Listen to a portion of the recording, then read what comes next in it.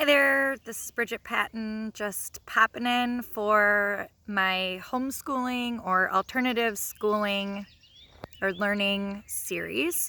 And this is my first video.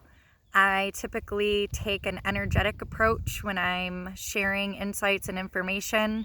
And I'm really excited and inspired to just share kind of the journey over the last 10 years of becoming pregnant and deciding we were going to homeschool, and then trying out different modalities, and then even putting my kids into some of the schooling options that are out there, and just really settling into what worked for us. This year our flow has been really incredible. I don't always know what it is that we're doing until after we've done it. And that's kind of how my life is. That's kind of how my typical flow is in life. And I think what I've noticed about myself and about my family is a lot of the pieces of evolution that are happening with humanity kind of come through my family and my kids and my relationships sometimes years before I start hearing about it, even from other spiritual leaders and people that are really informed in astrological events. I am able to tap into that kind of stuff. It's not necessarily my specialty. I can speak to it because I can see patterns and themes just from what I'm experiencing, and then, matching it up with the way that I see other people sort of experiencing it in their lives. So as far as homeschooling or alternative schooling goes, I can see, or I can foresee, and I'm sure a lot of other people have noticed a shift going on with the way that we're educating our children and the way that we're introducing them to the world. And that's how I kind of like to see it. Learning and being a part of a community is going to look different as we go forward.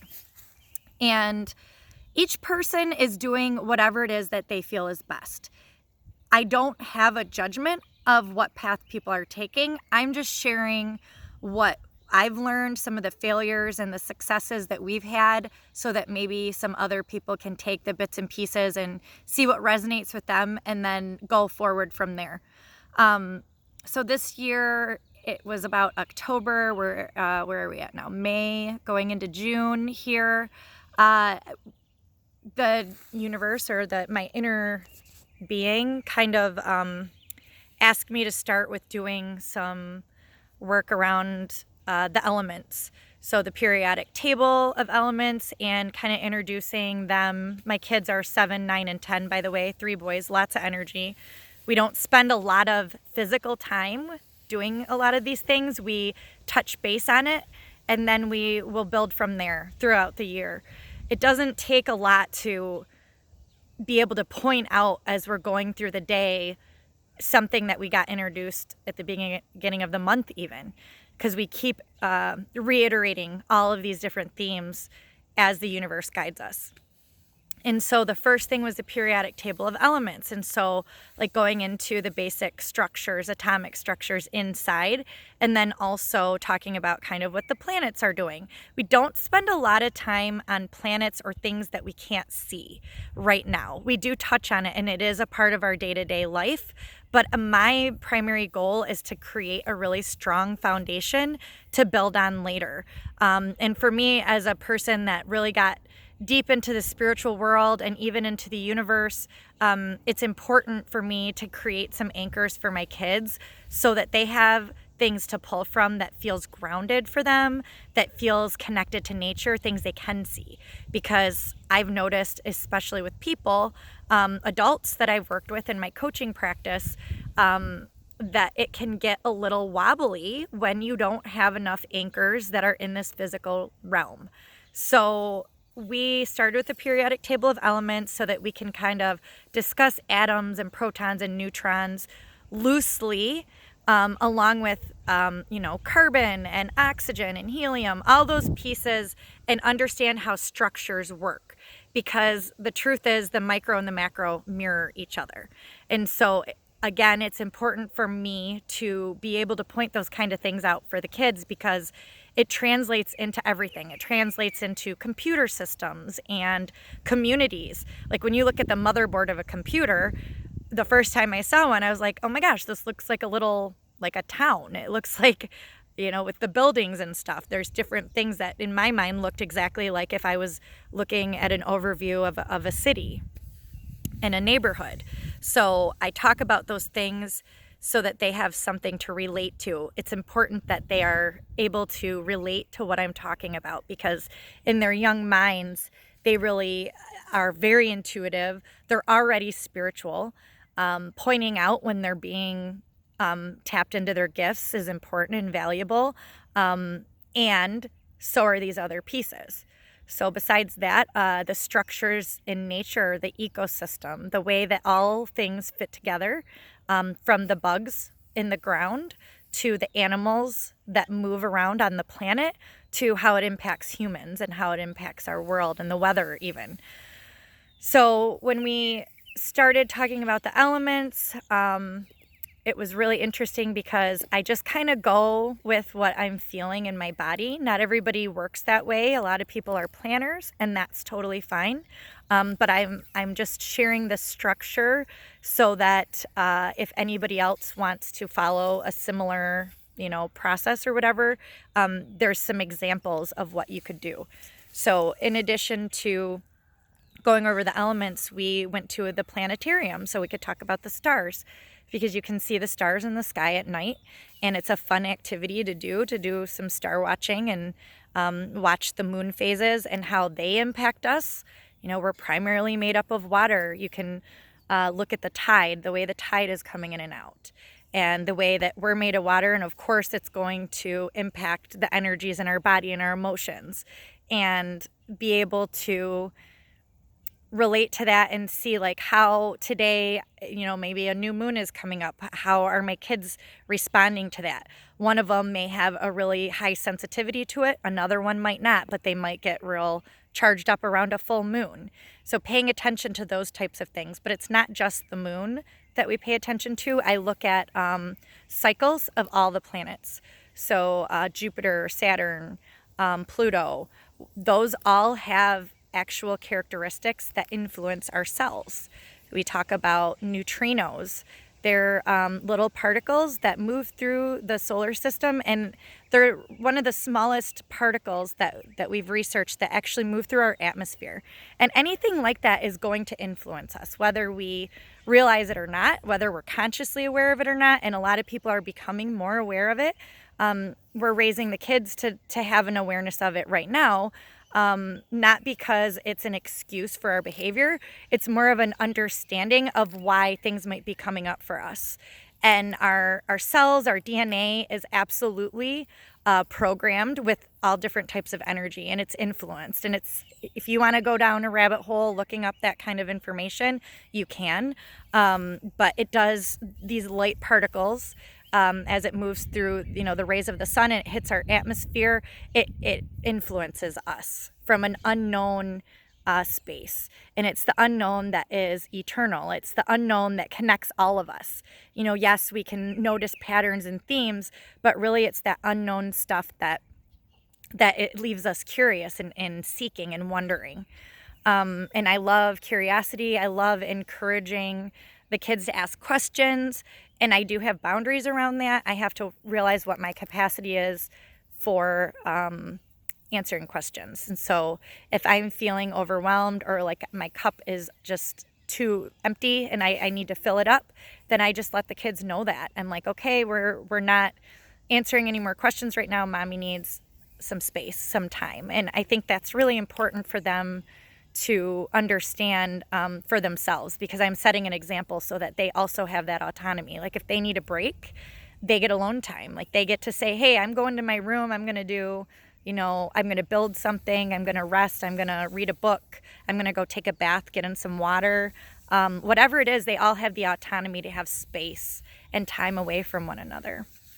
So as we proceeded through, going to the planetarium and looking at the stars and increasing that curiosity, they're doing active engagement in everything that we do. Yes, the conversations happen here and there, but my primary focus again is through play. And I've watched over and over when the kids are playing, when adults are playing, that's when we're really learning, because it's when we're accessing this theta state. It's when we're in a free flow with our soul, with our subconscious, that's allowing us to not think about what we're doing. It's really important for them to get lots of space for free time. And it's important to have structure, because when you have structure, it gives you a wall to sort of butt up against to have breakthroughs. And breakthroughs are really important for our strength, our inner voice, so that we can learn to discern our yes and our no.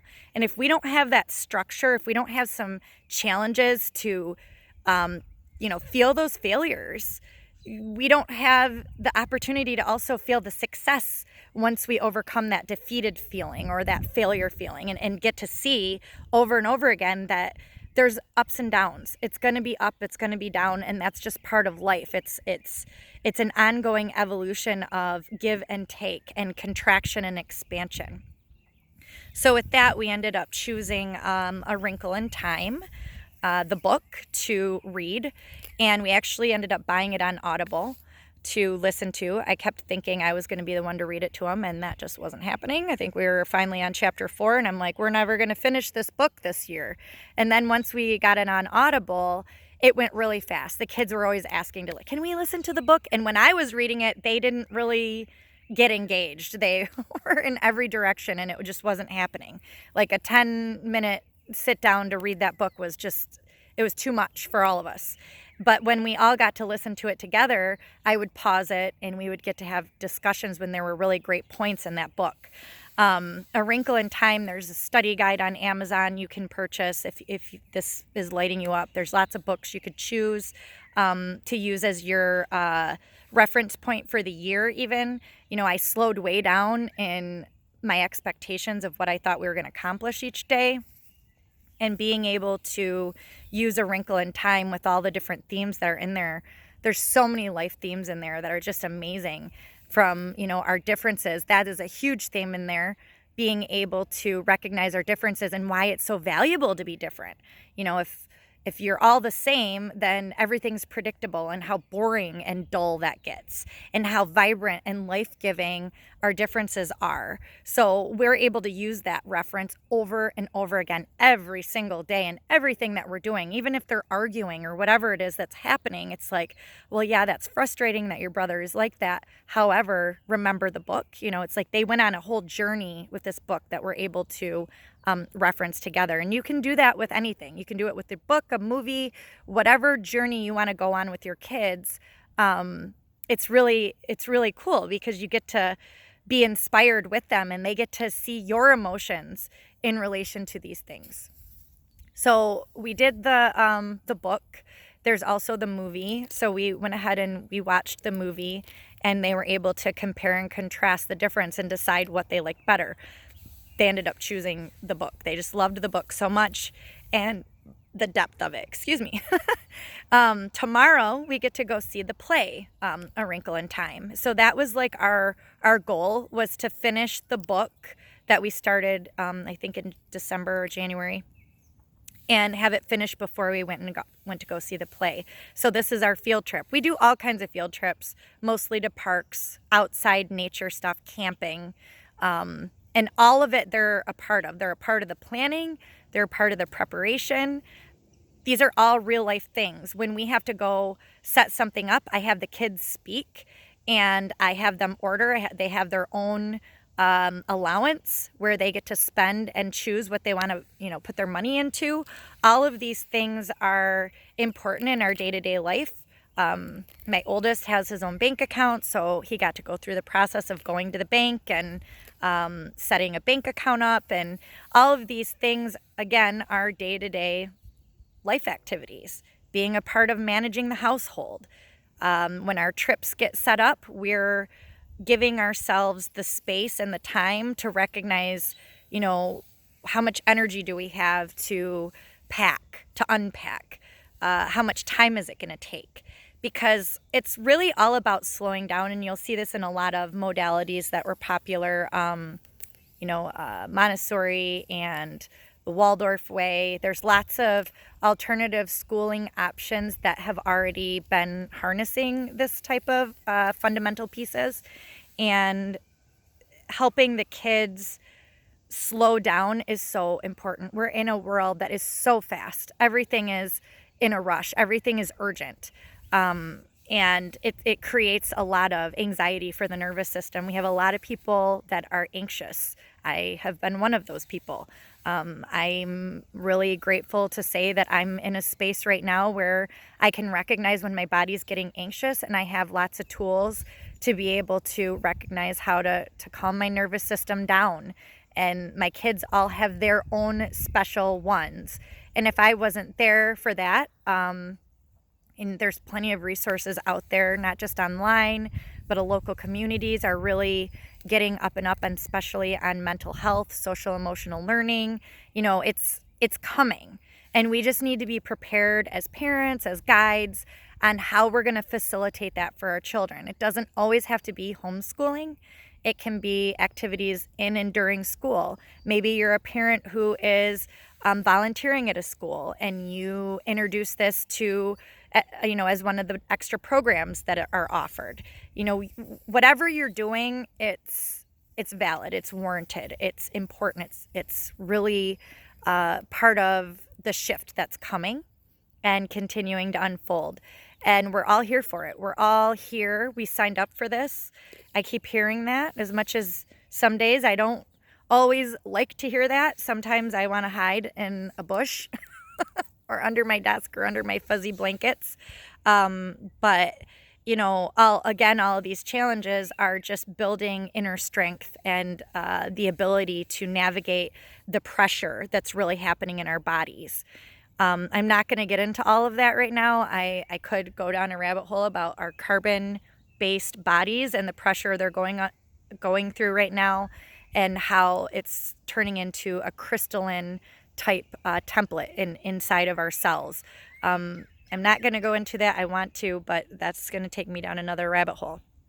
So anyway, as far as the alternative schooling goes, I just wanted to kind of give a little idea of what we're doing. I'd love to hear comments on any questions you might have or concerns that you have about taking the lead for your family that a lot of people have. My biggest advice for that is to just really get to know your kids. Like, give yourself the space to really get to know your kids before you start trying to load on a curriculum, or to just like try not to go right from the brain. And this is what I loved about the Wrinkle in Time book. There's a chapter called It was a big giant brain. And I thought it was so relevant because it didn't know how to love. It didn't have love. It was a brain. Our heart is where our emotions come from. So yes, our brain has chemicals and all that kind of stuff, but the emotional piece that we have is in our heart space. And so we've talked in a lot of other videos about moving from head to heart. And here we are, years and years later, and it's unfolding. It's going to continue to unfold, and we're just going to continue to gain more tools for this. And I think it's important to really build those relationships and understandings, and not just understandings, but to see what it is that your children really need. Not what you think that they need, or not what the world tells you that they need, but what your mama heart or daddy heart, or the guide heart that you feel in your body that they truly need. In so many years, I wasn't listening. I kept seeing what everybody else was doing, and I'm like, oh, this is what my kids need. Because I could feel the success that the other people were expressing. And I was taking that on as, that's what I need to do. But it wasn't working. I kept failing, and I was beating my head against the wall, honestly. And I just was like, I can't be the one to teach them. So I kept sending them to school. And then, it worked in a lot of capacities. We learned a lot. We received so much uplifting support and community through those different parenting groups and with the schooling system. I can see them trying. I can see them really working hard to try to do well for the kids. And people might disagree with that. That's fine. That's just my opinion. It's what I see. But then ultimately, there were a lot of emotional issues happening, and there was some big wobbles going on in each one of my kids in different ways. So I had to essentially bring them home and we had to get a baseline. It took months for everyone's nervous system to regulate and harmonize. It's like each kid was going to a different classroom. There were kind of like different, even though everybody tries to do things the same way, everybody does it different. And it was just mixed messages and causing a lot of conflict once the kids would get home. And so having them here, again, I get to like point little things out throughout the day. I'm with them. I have a lot of breaks though too. Personally, I wouldn't be able to do it all day, every day with my kids. If I didn't have lots of breaks to break up what we were doing and I didn't have a lot of help, I personally couldn't do it. And that's one big reason why I honestly had to send them to school for some years there.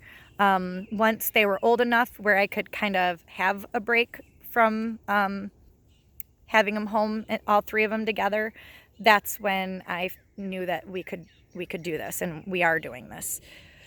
So lower your expectations, give yourself the space and capacity, give yourself breaks, because all of this you're teaching to your kids by your own actions. By you giving yourself boundaries and giving yourself breaks, again, you're teaching, you're mirroring, because kids learn through watching us, through observation.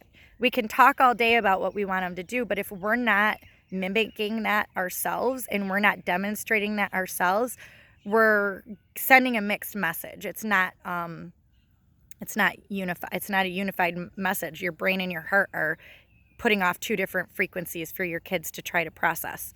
So demonstrating and practicing what you preach, so to speak. Talk the walk the talk, whatever. All of that is really valuable to be able to learn on how to approach schooling for you. And honestly, we do so much math, spelling, reading, science, biology, history, everything you can imagine just in our day-to-day life. We hit on those things. If you have to have material because that's what makes you feel good, don't put yourself in a box. Like, give yourself the space to be able to really explore the world and your community and what's around you, nature especially, and just like work backwards. Like maybe see how a week goes and what you guys do naturally, and create a structure from that. You don't have to go out and find a curriculum right away. There's plenty of things that you can track and keep track of just from managing your household. Just think about how much energy it takes to pay your bills every day and make sure you're meal planning and keeping the house up and going grocery shopping and, helping community members out. There's so many things that you can structure around that. So those are my two, 3, 4, whatever, how many cents pieces that I have. I hope that you guys gain some insight from this. I look forward to your feedback, and I'll see you in the next video. Mwah.